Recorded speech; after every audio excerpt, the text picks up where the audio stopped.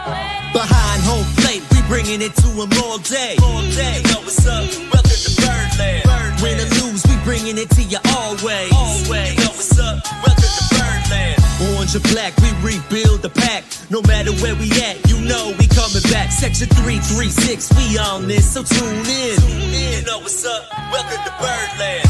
Yeah, welcome to Birdland. You know what's up? Welcome to Birdland. Now, here come the boys from Section 336. Ladies and gentlemen, boys and girls, Baltimore sports fans of all ages, welcome back to Section 336, Next Generation of Baltimore Sports Talk. I'm your endearingly starting host, Matt Soroka. As always, I'm joined by a guy who, in solidarity to the Orioles going on their road trip, has gone on a road trip himself, the button lover Josh Soroka. I am. I'm up in New Jersey for my weekly, or not weekly, yearly trip to New Jersey. And you're wearing that City Connect hat. That makes me jealous because I got to get that one. I got the T-shirt too now. Oh, you're what player? Is there a player on the back of that, or is that there's no player. That's the green shirt. Yeah. Oh, I've got that in the other room. Should I change so we match? His Father's Day gift. Nice. I was having a conversation with someone yesterday about how the Orioles really did kill it with the City Connects this year. Yeah, they're great. That they're, as anyone, I know there's people that don't like it, and people say, "Oh, the old ones were better." You're wrong. You're wrong. If you're a lifelong Orioles fan, if you've been a fan forever, this kills it because the stadium, it represents the stadium so well, and that stadium means so much to Oriole fandom. Yeah, it seems to have a lot more meaning connection than the last City Connect. Yes. But I'm already looking forward to City Connect 2029. I wonder what to have in store. I think it's every 3 years, so I guess that would be 2029. Well, yeah, we'll have to see what it is. Hey, the Orioles are 38-42. They've won 3 games in a row. But my question for you is, have they been above or below 500 since the last time we did our podcast? Oh, they haven't been above since we talked last. Just in the games that have happened. You're saying? Yeah. Just in that sample size. Yeah, in that sample size. I believe it's June 6th was our last podcast. I feel like now they it's were June 23rd. Yeah. What do you think their record was? It's probably right around 500. I think we were talking about theories of where they could get above 500 last time. And so I would guess we're kind of right at 500 since last time we talked. And you're right. I've got the graphic right here. When we last spoke, they were 29-33 on June 4th. Yeah. And now they're 38-42, exactly 500 for the past, 2-3 weeks. Yeah. It's this season in a nutshell. Well, it's also like what's so irritating about wasting April is doing so bad in April. If you were above 500 and then you continue to play 500 ball, you're excited. Instead, you look at that 500 ball and you look at the stupid games we should have won that would have put us up. Yeah. Yeah, we got a lot to get to. We haven't talked in a while. Yes. I have a whole list of topics that have nothing to do with baseball. But you want to talk Orioles, so we can talk Orioles. I mean, we could. This show doesn't exist without us going into other things. But we are 2 games out of the wild card because the American League sucks this year. Yeah, so it's okay. And it's like buckle up. And we talked about this last time, but it's going to be so fascinating because there's us. I mean, just take that whole clump of the Twins, the Rangers, the Blue Jays, the Red Sox. There's a whole clump of teams, the Tigers, the White Sox, who need to decide in the next month and a half if they're going to, or next month really, if they're going to be buyers or sellers. Right.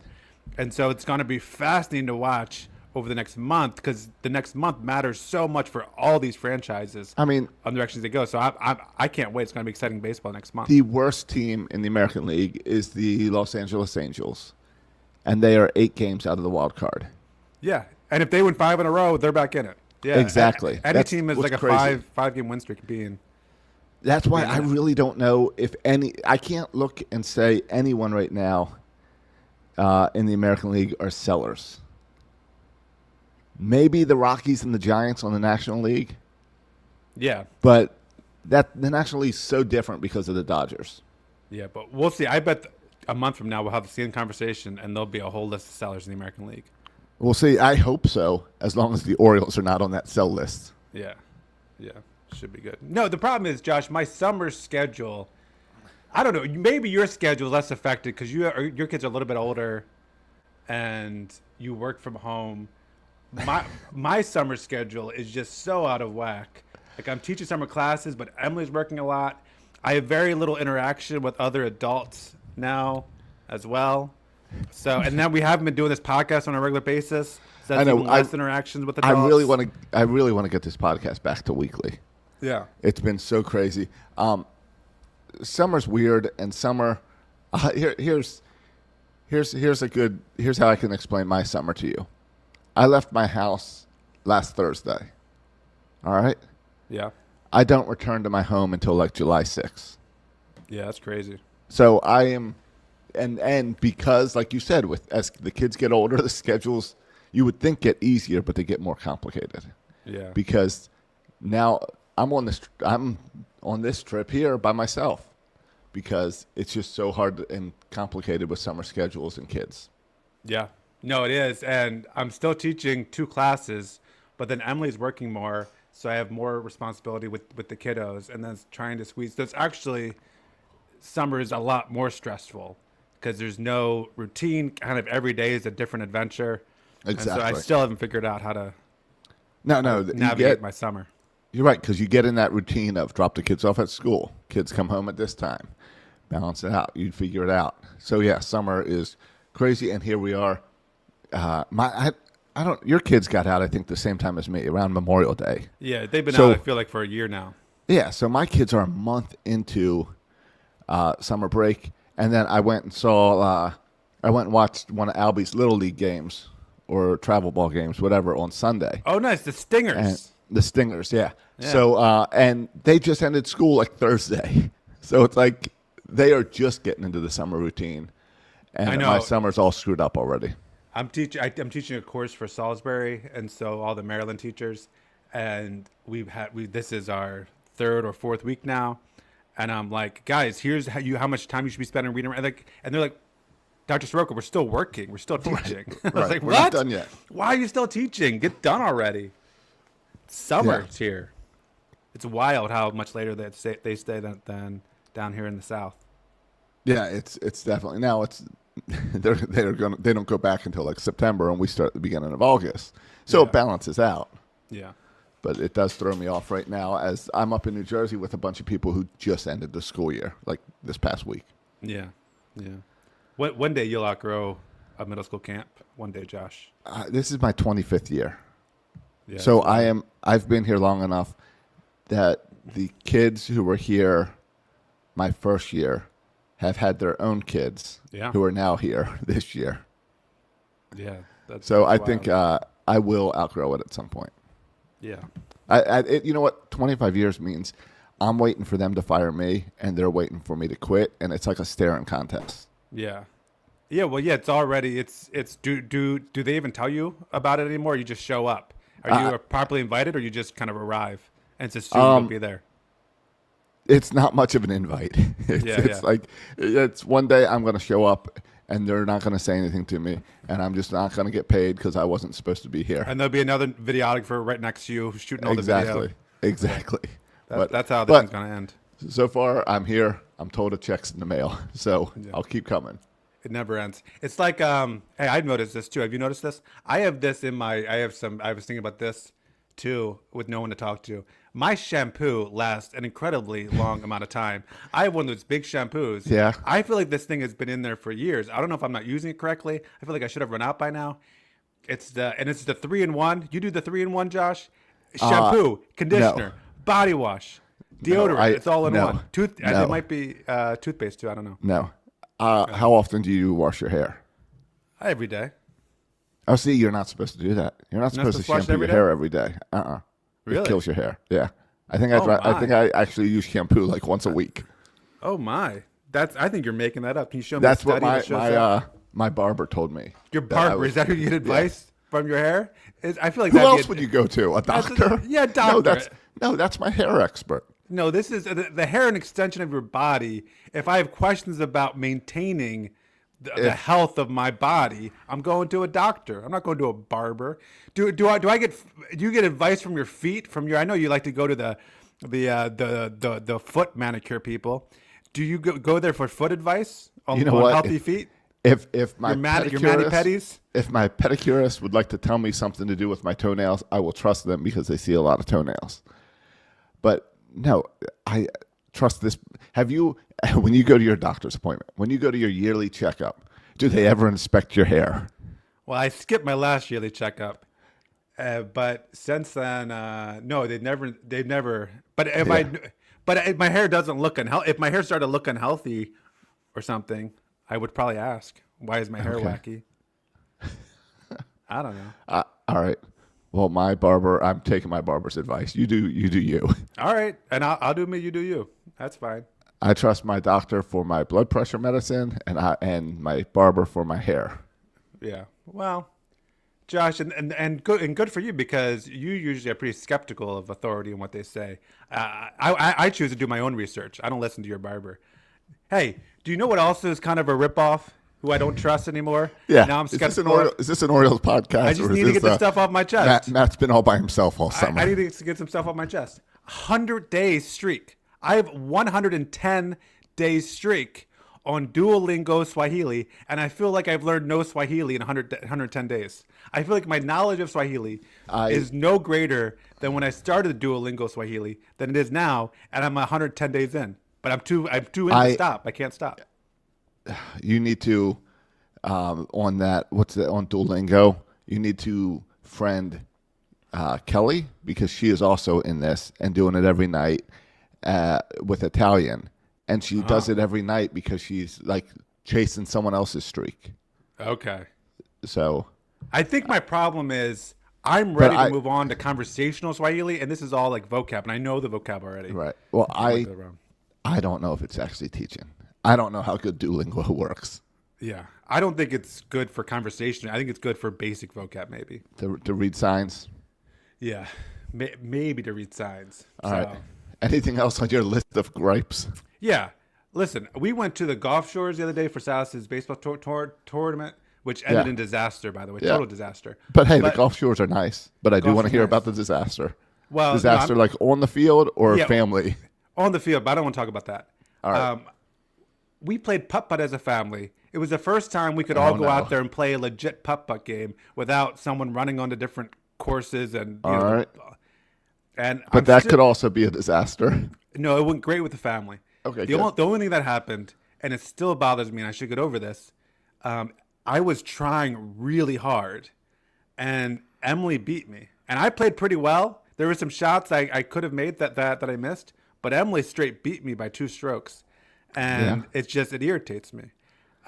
Emily's not supposed to be that good at putt-putt. I'm supposed to be that good at putt-putt, and I'm still not over losing to her in putt-putt. And yes. And isn't it so annoying? Because I have this issue too, where you lose and the other person isn't even competitive.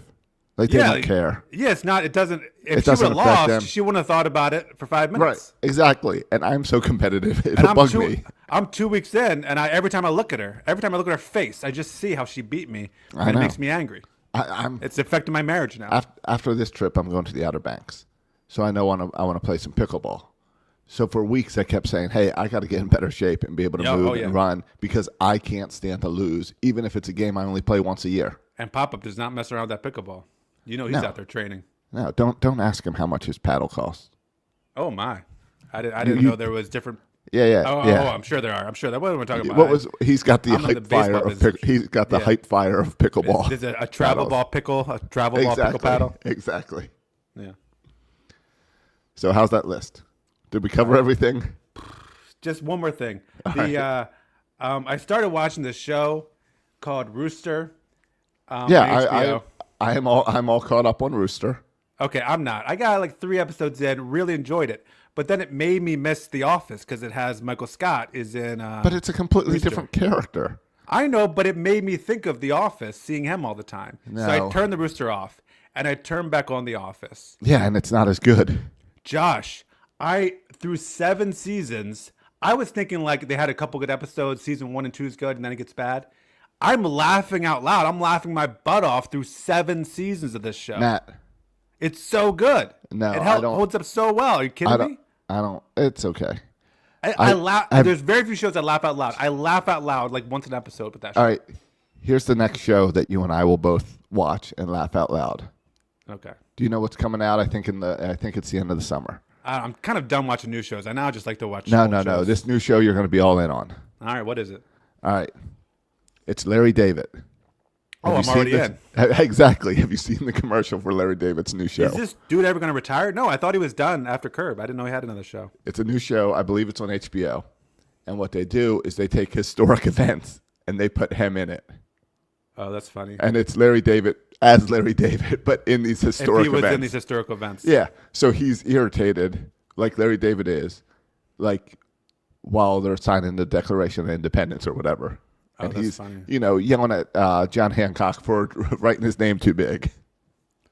That reminds me of there's a funny Nate Bargatze thing where The SNL. stand-up- Well, no, his stand-up Oh, okay. where he talks about if he were to be a time traveler and go to the future, he said he'd be the worst time traveler ever because he wouldn't know what to tell anybody or went to the past. He's like, I wouldn't know where I'm at. I wouldn't know anything.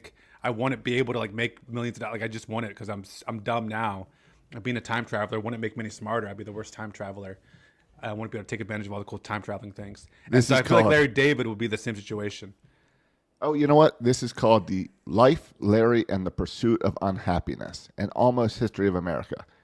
There's 7 episodes, and it starts on June 26th, so this week. And sounds like maybe some historical fiction. So I'll bring in the little kids to come watch with me about history, Yeah. right? Yes. So then they can go into school and be like, no, why don't we talk about the grumpy old guy? All Good right. point. All right. I'm done my list. All right. Would you like to know my list of gripes? Hey, do you think? Yeah, just one more thing. Do you think I was thinking about the Duolingo thing? Shouldn't there Okay. be?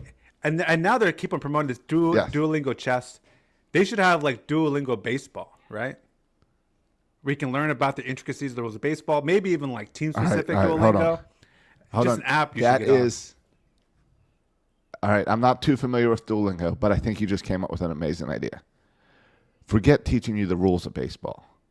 Teaching you the history of baseball. Yeah, or about specific Teaching you- teams or about the whole. Teaching you every night when you do your streak. Teaching you about like these Hall of Famers. Yeah, I like that. that's an idea. There's an idea. Send me to Shark Tank. All right, go ahead, have your I- gripes, and then we'll talk Kyle Bradish because I can't wait to talk about Kyle Bradish. All right. Well, before I get to my gripe, Okay. have we talked on here about my new resale business? No, All right. I heard you Well, mention this on the other podcast that you make All right. appearances on. I talked about it on the Michael Mara show. Yeah. Basically, I go to these like Goodwill outlets and buy clothes by the pound, and then I sell them online. The only reason I bring that up is because I had a weird issue on Sunday morning. Because my new thing is when I travel, I hit the Goodwill bins in other states and cities and everything. So then it's like if I grab stuff and sell it, I can pay for my trip. Yeah. So I went to the I one would in Baltimore. imagine northern Goodwills have better stuff than southern Goodwills, but maybe that's a Oh. stereotype.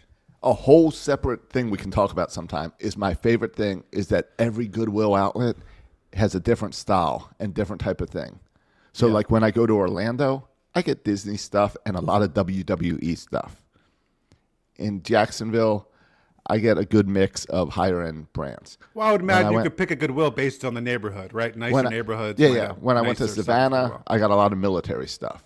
Okay. When I went to Northern Virginia, ties. Lots of ties. No one wears Okay. ties in Florida, but it makes sense. It's all the DC people. Yeah. When I went to the one in Baltimore, I typed in I got the Tesla, so it just drives me. So I was You're already just along bad. for the ride. Yeah. Yeah, I was already bad with GPS of not really knowing where I'm going. Now when the car's going and I'm just playing on my phone, Oh, in Baltimore, that could be a dangerous situation. well, I look up and I'm like, I didn't know. I look up and I'm like, oh, I know these buildings. I know where we're at. Oh, we're going into Rosedale. Okay, I Oh. know this. Yeah. And we passed, and it's like, oh, the old Pick Your Flick is now like a Dollar General or something. And Oh, yeah. Our old I'm stomping going grounds through, there. and Highs is now like Frank's Food Market, and then it makes a left on the Hazelwood, and I was like, Oh my! it can't it's be taking you here, home. Matt. It is inside of our childhood grocery store.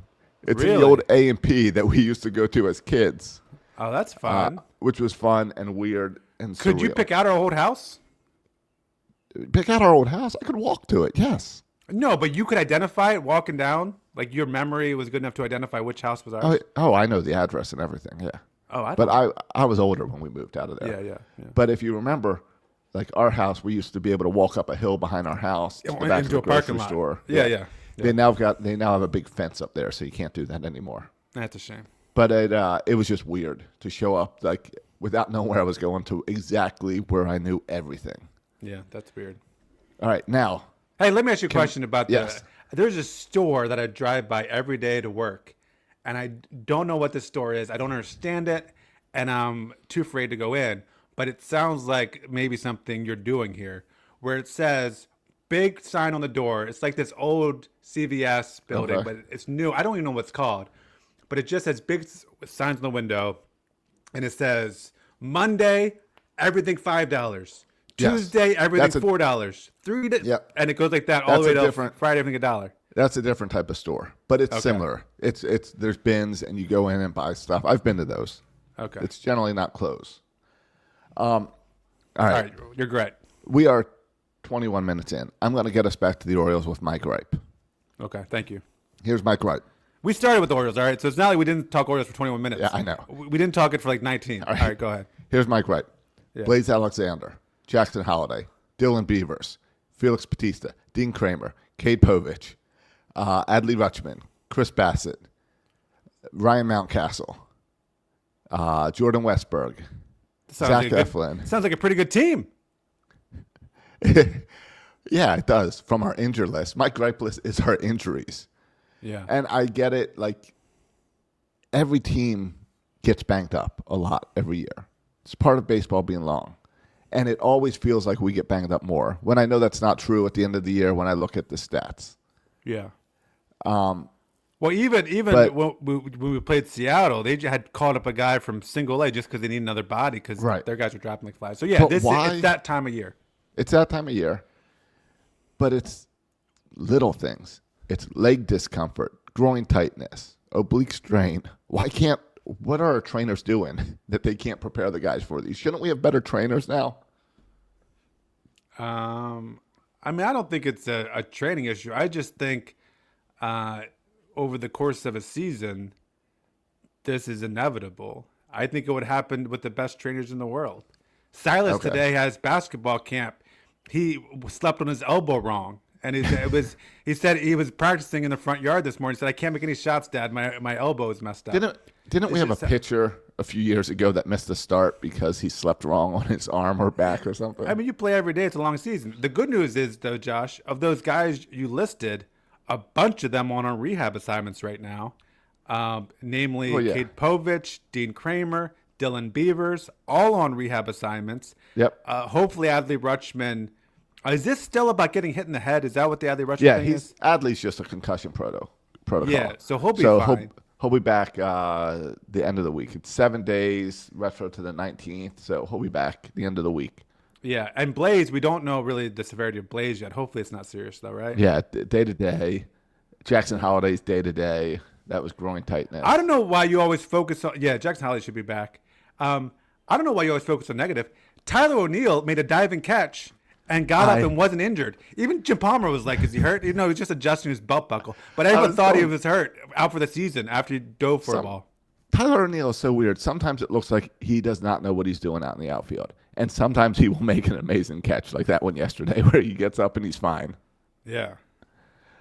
So, So yeah, the injuries, but hopefully, the other good news, Josh, is you ran down a whole list of Yes. players there, but if you look at kind of our elite starting pitchers in our top three, right? Bradish, Baz, Rogers, they have remained healthy. I would argue a lot of our, besides Westberg, a lot of our major hitters like Alonso and Gunnar have remained healthy. So yes, there's been some injuries, but it hasn't been as bad as it could be. No. The big one was Westberg. Yeah, And, and that's some of been the all pitching. season, and we've known that. Yeah. Of course. So no, I mean, I bring that up as, I guess, yesterday Blaze Alexander getting hurt, and then we having two catchers that we don't even want on our team. Yeah. Like, And Leody Taveras, and I love Oh, baseball my. so much because he goes in there to third, and the first batter hits it right at him. Yeah, and he makes out. and The that ball happens. finds you. That happens 100% of the time in baseball. Yeah. It's always that way. Yeah, And he did. You know what? He did fine. as well as Kobe. I think Kobe's really improved. I do think he He has. dropped the ball against the Dodgers. He should have made. Judge, what an impressive. Yeah, but just one more to your point before I move on. The depth of our team is being tested here. Oh, totally. And a depth that I didn't think we had any depth.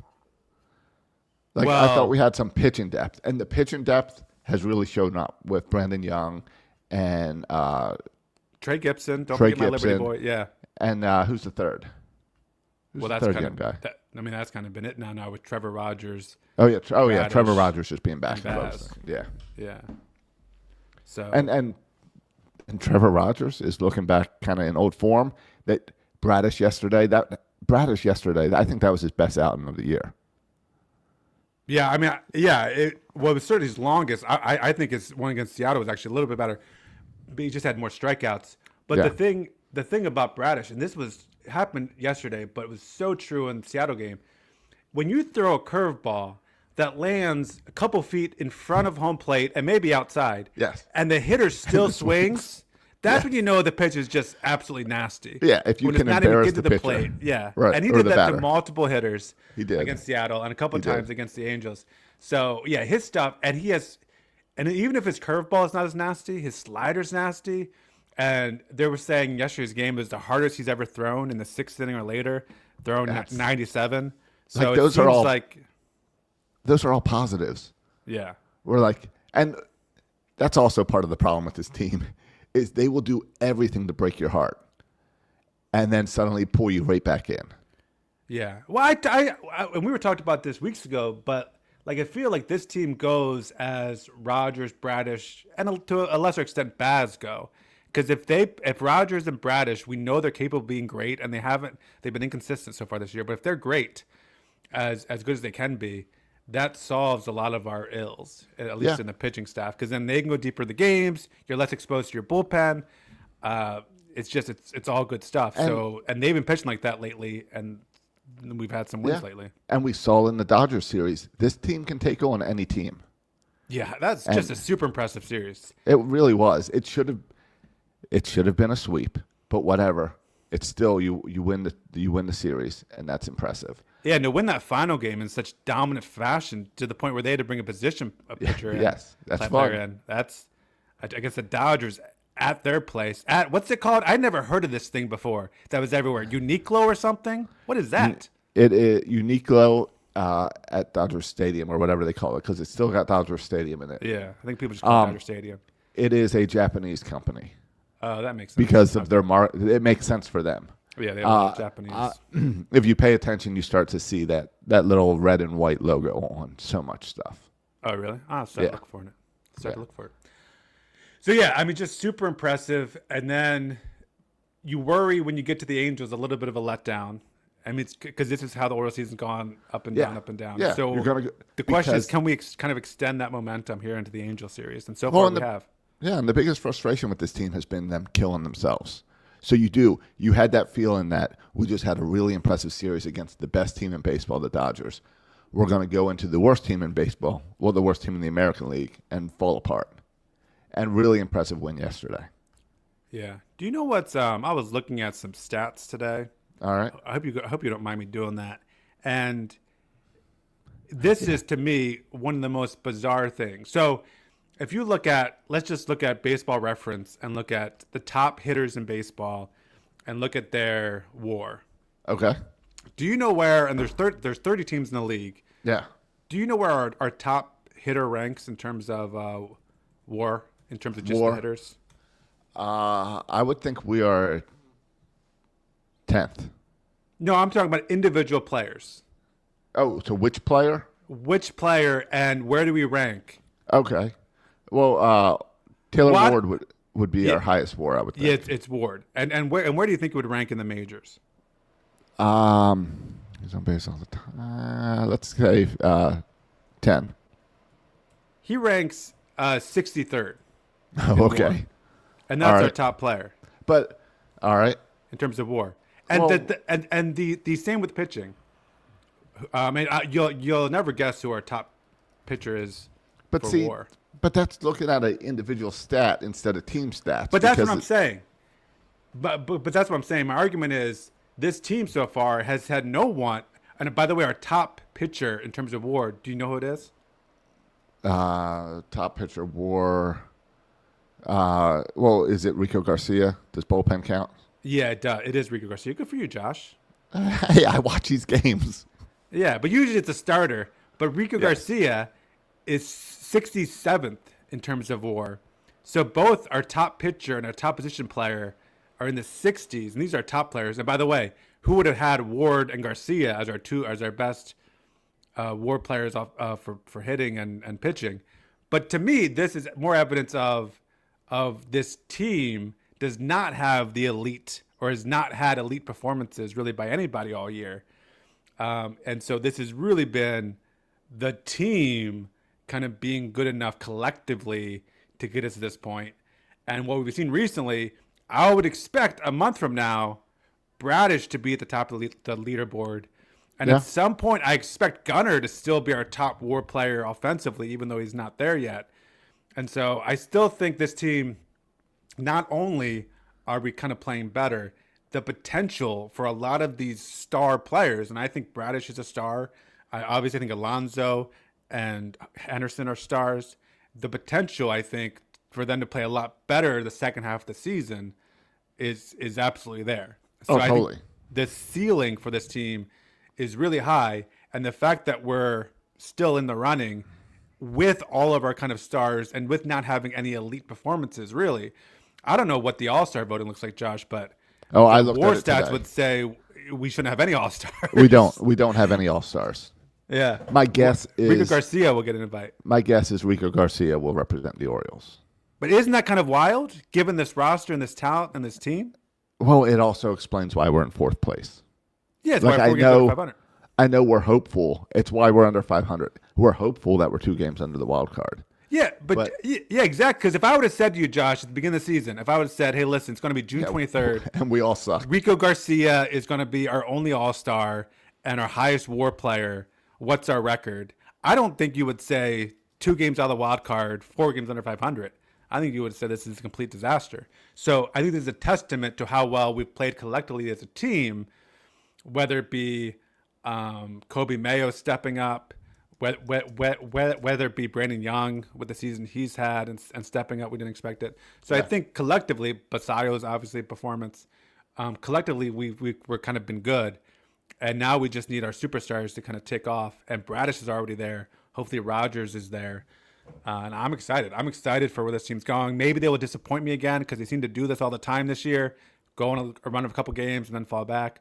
But this seems like, I think we play the Nationals next. This seems like a good opportunity to really have a nice, win a bunch of games. Have a nice streak going into to July in the All-Star break. So I'm agree. optimistic. I'm bullish on this team. No, I am too, and I know it's the orange colored glasses. But it's also that this team has underperformed for the first half of the season. And we know that they've got the talent. And it's all stringing it together. A question that people keep asking me is, what do I think is wrong with this team? Or what is my takeaway with this team?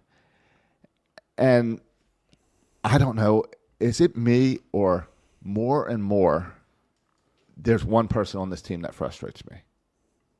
First of all, I like how you pose your own questions. You should do that more and more on the podcast. No, I'm setting it up. I'm trying to set you up because I want to The have guy- this discussion. The guy who frustrates you?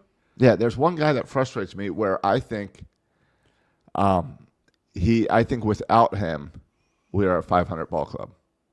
Is this your continued hatred of Tyler O'Neill, the part-time player? This is not. No, this is not Tyler O'Neill. Okay. Is this Michael Ciani, who is an outfielder who I never heard of until he made an appearance in the blowout game against the Dodgers? No, I literally never heard his name before. It's also not Sam Huff or Chadwick Trump. Oh. Hey, Huff seems to be calling a pretty good game. They were talking on the broadcast too how he always keeps the notebook everywhere, and he just kind of how he breaks down games, different teams. He's been around a while. Yeah, I kind of like that Sam Huff as that third catcher. I don't like a third catcher just to begin with. Yeah, because you run into situations like yesterday. Are you going in the pitching realm of things? No, I'm going into the managerial realm of things. I think Craig Albernes is not the right guy for this team. Oh my gosh! And if I was Mike Elias, I would have fired Craig right now, and I would have said, Brock, take over. Sorry, it should have been you from the beginning. And I know what this is these young about. Teams. You just want Buck to be manager. This is what this is about. This is going on for well, I years. mean, I would love Buck Britton to be manager, but here's my issue with Craig: is we talked when we didn't have a manager. People call him Albie. Okay, go ahead. All right, fine, Albie. With a Y, not yeah, Albie, not IE. Okay, go ahead. We talked about how a manager really just needs to fire up and motivate your team, because you've got pitching coaches, you've got hitting coaches, you've got all these other coaches, infield coaches, outfield coaches that actually handle the day-to-day. Like a John Harbaugh doesn't know what plays to call. He trusts his offensive coordinator. You've got the same thing in baseball. And what you really need is a guy to motivate your players. And Craig keeps falling on his face in this. There are moments where he should be out arguing a play. He doesn't argue. Gunnar Henderson gets hit in the ninth on purpose. Craig comes out and after they tried multiple times to hit and were unsuccessful, finally they hit Albie comes out and says, "Oh, we understand. It's okay." Major League Baseball then suspends that pitcher. So Major League Baseball found it wrong. Albie said it was okay. And more importantly, Gunnar Henderson's reaction to getting hit was not like, "Oh, okay, that's okay, guys." Exactly. Like he seemed to be fired up. Yeah. Right. You have to have your guys back. The play where the base runner went out of the base path, he should have been out there yelling at that because it fires up your team. And then later in that game, when Holiday ran on the baseline, and they called him out from the baseline. You should have thrown. That was one of the most ludicrous calls. There should have been an Earl Weaver style fit there. I know baseball wants to get rid of that, but that doesn't mean go away completely. That's what this is about. Okay. No. Then you want a throwback manager. You miss Earl. Okay. No. Do you watch his post game conferences? I watch some, not all. They are the most irritating things. He never gives any points? information. Okay. He put Basallo. He definitely referenced Basallo as being soft, and then had to walk that back. Well, is Basallo soft?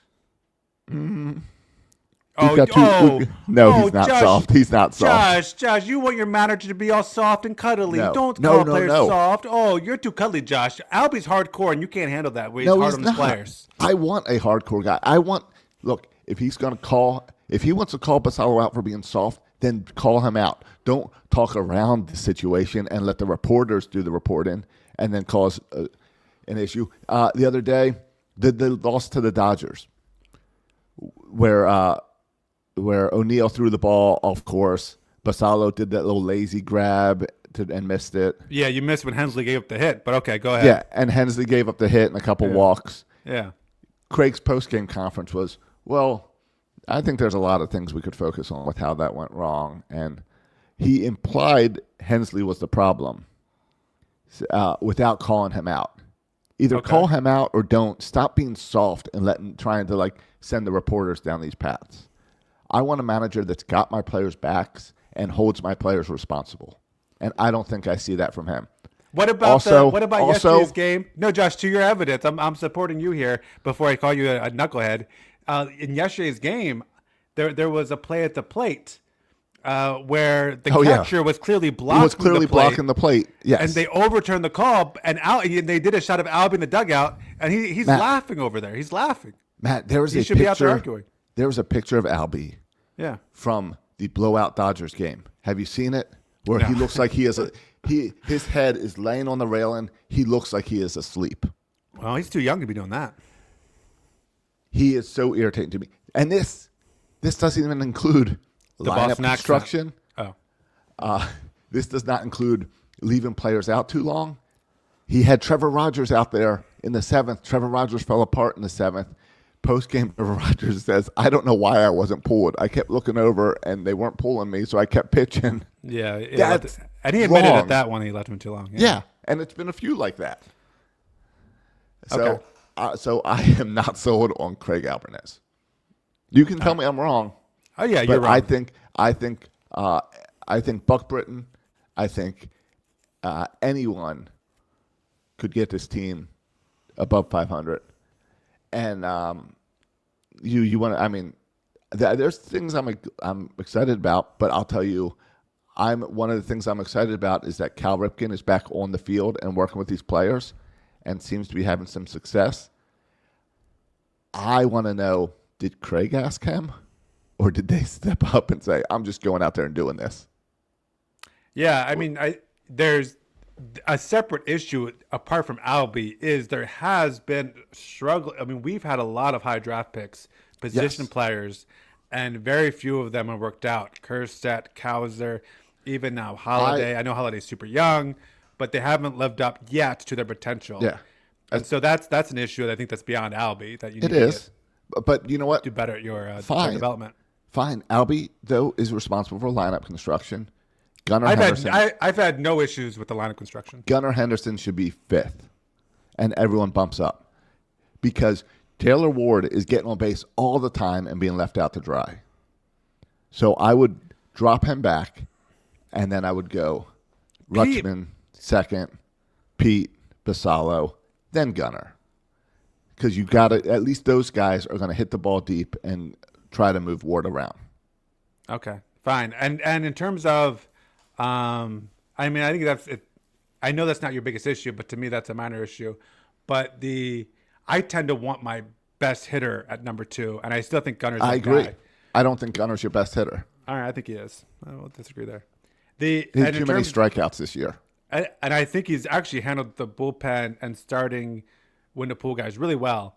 Even the Rogers thing, and this is just me. Maybe I'm old school, and maybe you like this new way where starters pitch 3 innings, then you pull them out. No. But I like the fact that Albie lets his pitchers go a little bit, his starters go a little bit. I like the fact that he could have pulled Bradish yesterday, after 7. Certainly after 7 2/3, when he was going to potentially get Right. there well over 100 pitches, but he left him in there to finish off the 8th inning. And so I actually like how much he lets his starters go, and I'm good with his bullpen usage as well. And in terms of shots to the dugout and interactions with players, it seems like I always see him having positive interactions with Pete Alonso, with other players in the dugout whenever they shoot to the dugout. Maybe. And everything I hear from people, and I know people who cover the team are often biased, but they have more insight than you do. And it sounds like players really respond well and like Albie, from what I've read. Maybe. We'll Yeah, see. maybe. That's- Yeah, and those are on my top of all issues. that, Josh, I mean, we're not even halfway through. Is it 80 games? Is that where we're at? Yep. So we're almost halfway through a season as a new manager. I think it's insane. Unless he's doing crazy stuff, I think it's insane to do all the work to identify the next manager, do all that work, all that background work, hire the guy, and after less than half a season, fire him. I think that shows how incompetent you are in your hiring process. That would be Well- insane to me. And so you at least have to let Albie have a full season and then reevaluate, since he's the new manager. In my And opinion. I get that. I do get that. But there's also a point where this team was supposed to be better now. Some would say Mike Elias's job is on the line, and he needs to fix it if he thinks it's an issue. He clearly doesn't. My concern is that Craig Alvarez is just another Brandon Hyde, and he's just a yes man to Mike Elias. And that Mike I Elias don't really is have any still evidence having of that. lineup control. I mean, I think now it's weird now because he's kind of out of options. So Kauser will bat against righties and lefties. Oh, yeah, Because he's out Kauser of doesn't have a options. choice. Right. Because doesn't really have any more options now because Tavares over playing third. You really can't platoon him. Correct. But we'll see when Beavers comes back if they do more of that platoon stuff. And Yeah, I feel like there's been less of that over managing that we saw with Hyde with Albie, but maybe it's because he has less options. I don't know.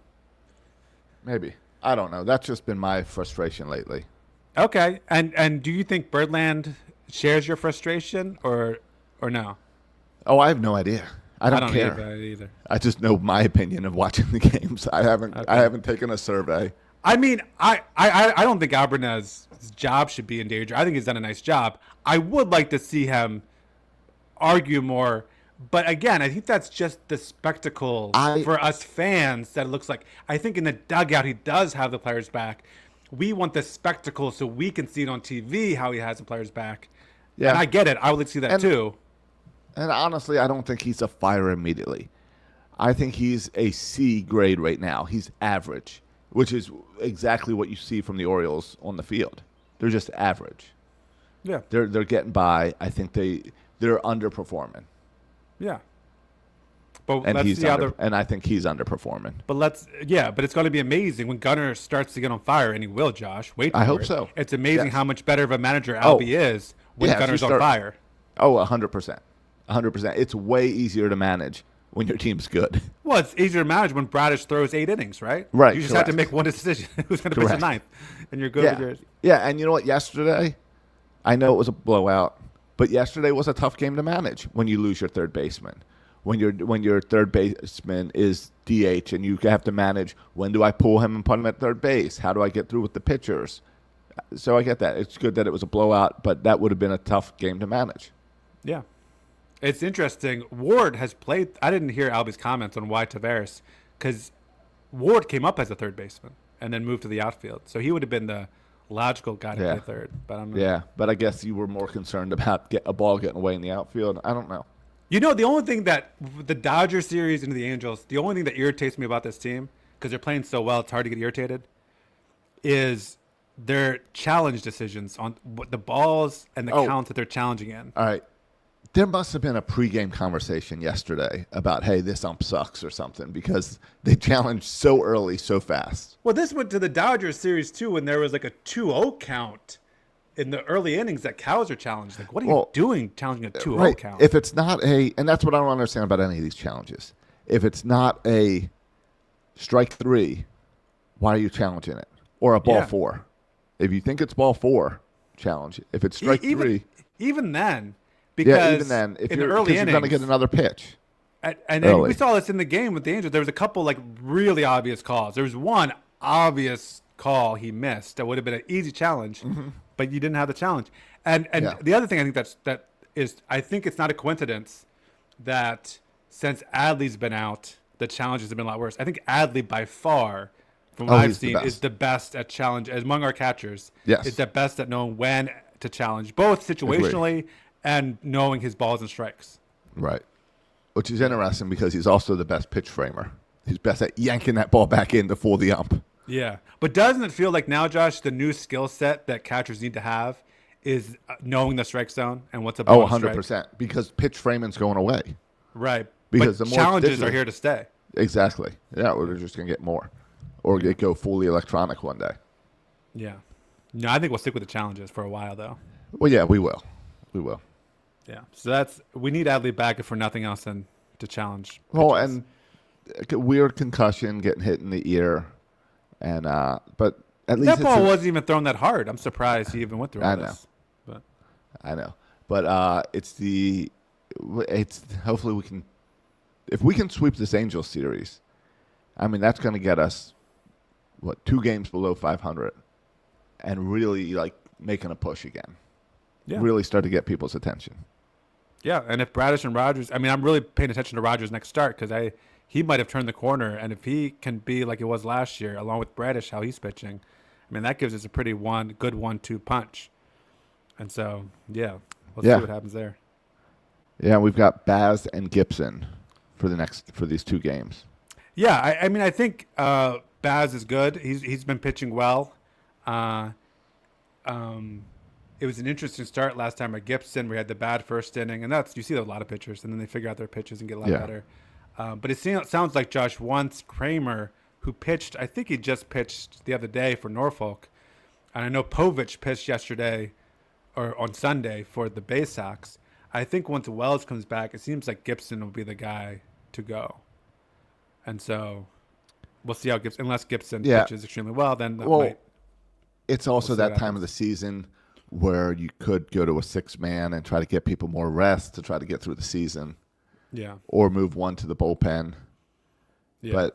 But yeah. It's also just a couple more starts before the All-Star break. Then you can do funny stuff where he can go to Norfolk during the All-Star break and come back up after. Like, you can get really creative and fun with it. Yeah. Yeah, so we have this Angels series, then we have the Nationals. We're playing good ball. That should Then be a good challenge. I think isn't the White Sox and the Cubs after that, I believe. I don't know. It's another pretty So good teams. all teams that are, well, they're good, but they're also around the same as us, record-wise. Yeah, and I would argue that we have better rosters. We than do. All those teams. We do. You just We have listed. underperformed. Yeah.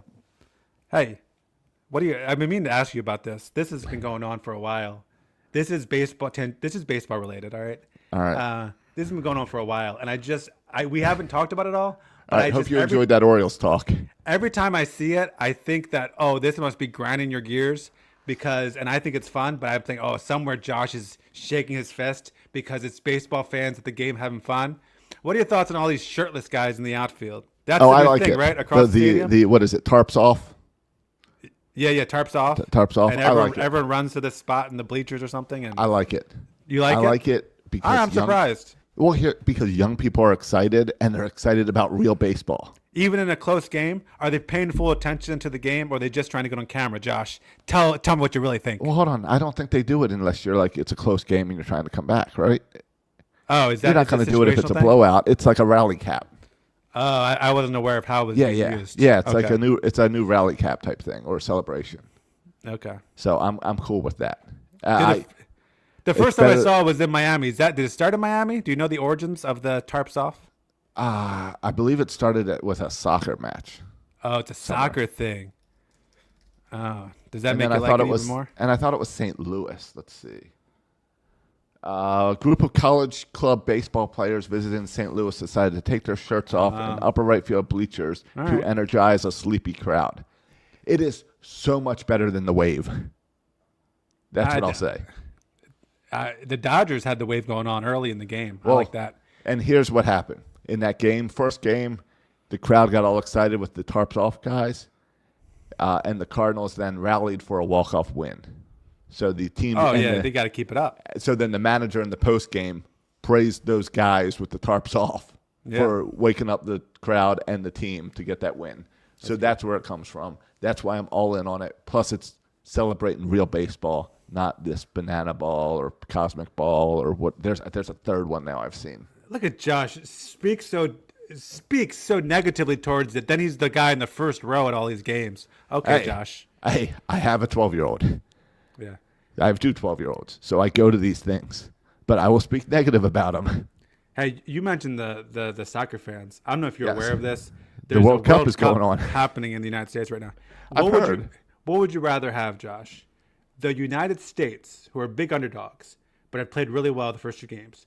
Would you rather the United States win the World Cup against the world, or the Orioles win a World Series? What would mean more to you?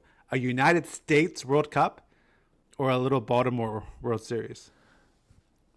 Well, I am up to speed that the USA soccer team has won 2 games. Yeah. They just beat Australia to go 2-0. Yeah. They're going to make it out of their first little, I don't know what you call it, first bundle. And I'm familiar that on Saturday, you could go to Steak and Shake and get a 20-cent milkshake thanks to that second win. I was not aware of that. I don't have a local Steak and Shake, so that doesn't matter to me. There's none up here where I'm at either, so it didn't help me. But they could win They could win the next 5 games. Yeah. And I still won't care as much as the Orioles making the playoffs. You would rather Orioles make the playoffs than the USA win the World Cup? 100%. Oh my goodness! Are you saying you have World Cup fever? You haven't watched a single game. I watched some of the USA Australia match. Yeah, I've watched clips too. I know that I watched some of it live. Yeah, I watched Messi and his hat trick. I saw it. I saw the clips. I watched a little bit of the Netherlands. Yeah, but you watched game. it live. Last night I watched a little bit of the Netherlands game live. Saw a couple clips live as I walked past the television. And then you turn it off and turn on the rooster. There's other people were watching, and I just left the room. Okay.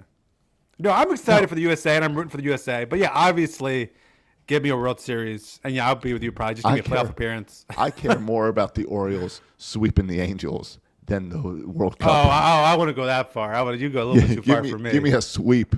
I Get would me back take to a 500. United States World Cup over a sweep. I would do that. No, That's as far as I'll go, though. I'll take Gunnar hitting 2 home runs tonight over the World Cup. Okay.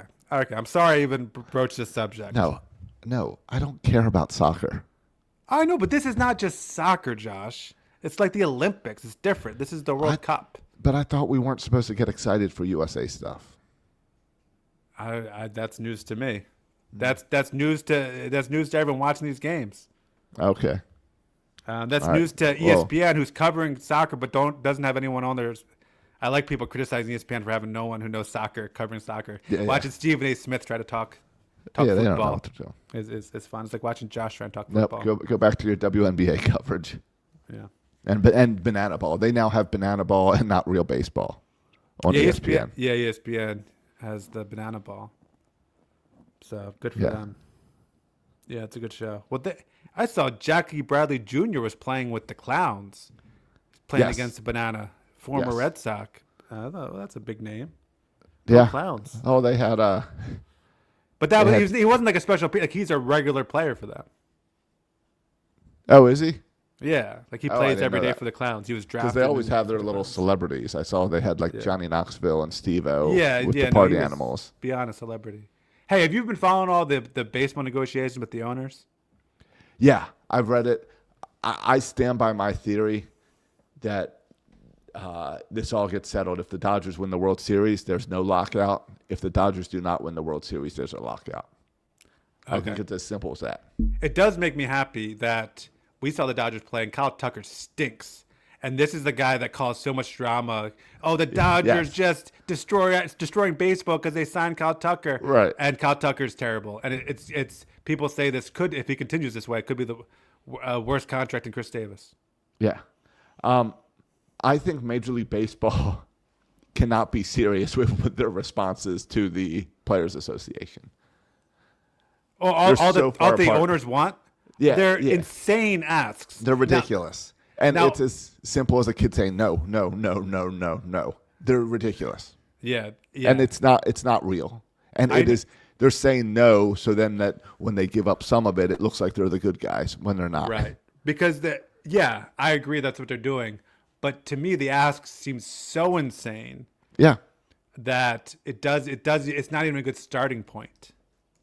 I mean, they want to eliminate high school players coming out, eliminate the international players signing, make everyone go to college in the draft. Right. Like, is that because they want to get rid of minor league baseball? Is Yes, it because it's two because they reasons. want to save money? Because A, they don't want to pay for all these minor league teams. B, if you wait for players to come out of college, what happens? It means they reach free agency later in their career. Right. So you don't have any 23, 24, And- 25-year-olds. They're all 30 and 31, more so you don't developed. have to resign them. And they're more developed, so you know what you're getting. Yeah, high school, you don't need to develop in It's- Aberdeen. But it's all, something that's so ridiculous and such a change that it's like, oh yeah, we'll put this in here. So then when we give that up, it looks like we gave something up when we really gave nothing up.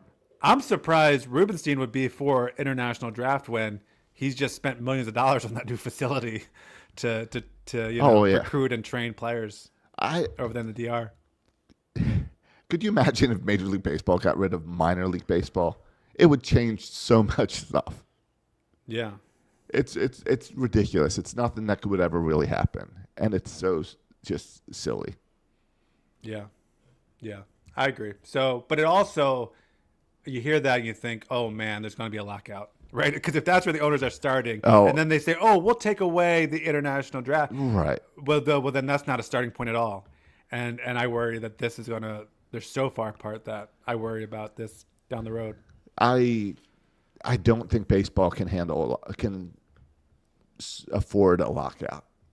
Baseball, I don't know if you've noticed, but there's more excitement about baseball. Like, baseball went down, and now it's really definitely on the upswing. Kids are back into baseball. You're seeing more people go to games. You're seeing TV ratings go up. People are caring about baseball. They're stars again. We went forever where it felt like we didn't have big stars in baseball, and we've got some now. People know Otani, whether you watch baseball or not. People know Skeens and Scooble. People know these names. We haven't had that in many years. So baseball can't afford to break again. It really took Cal Ripken and the streak to bring people back into baseball after the last one. And there's nothing on the horizon like that to save baseball. Yeah, I agree. And you mentioned some of these really great young players. You didn't mention Jacob Mizorowski. Oh, And yeah. I don't know if you've been following him at all, Josh. What's that book we read a while ago about the guy who was throwing like 105 and they were talking about like changing the rules because he can't throw that hard? Yeah, like the And we interviewed the author. the flamethrower fastball or or something, flamethrower. Yeah, Or the fastball, maybe. Anyway, that reminds me of this. That was kind of previewing Yeah, Jacob Jacob. Mizorowski because he's out there throwing 104 in the fifth inning like it's nothing. Yeah. no, it is, and that's one where like that's a name people don't know. That if you don't know baseball, but if you watch baseball, you know that name. Yeah, by the end of the season, I think everyone will know him. So But yeah, no, I agree. And this is, I mean, other sports are up too. I mean, the NBA just had a great finals. Their ratings were through the roof. Yep. And so the competition's out there for baseball. So I agree. They can't afford to lose ground and lose momentum. yeah, have you seen the changes to the home run derby? I saw that something like they get 20 pitches or something. No, instead of pitches, it's now 20 swings. Oh, 20 swings. So but if it you was don't like the timed pitch, before. yeah, it used to be timed. Now you get 20 swings in the first round and 15 in the second and final round. Okay. I So, guess I'm okay with that. I'm all right with it. I think it's to shorten it, but Yeah. I like.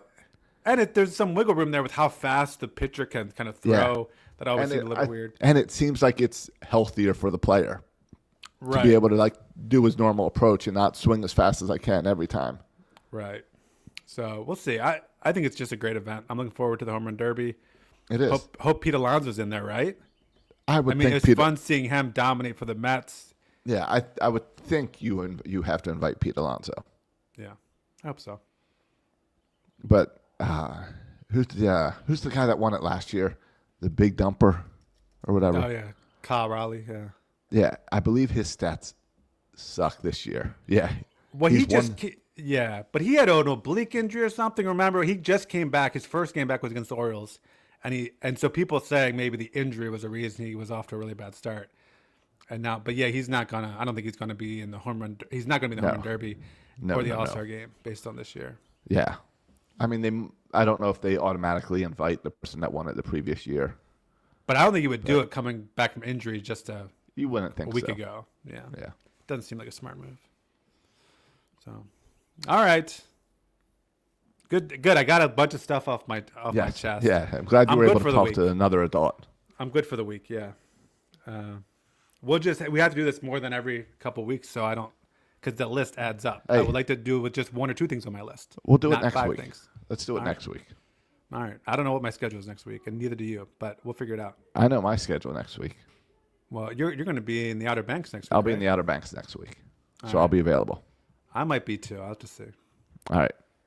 All right. Well, boys and girls, thanks for listening. If you haven't yet, go to Apple Podcast or wherever you listen and leave us a 5-star review and tell us why you like the show. You can follow us on all your social media platforms. You can follow me at Section336 on Twitter. You can follow Josh on X. At Josh Soroka. Thanks for listening, boys and girls. And as always, go O's.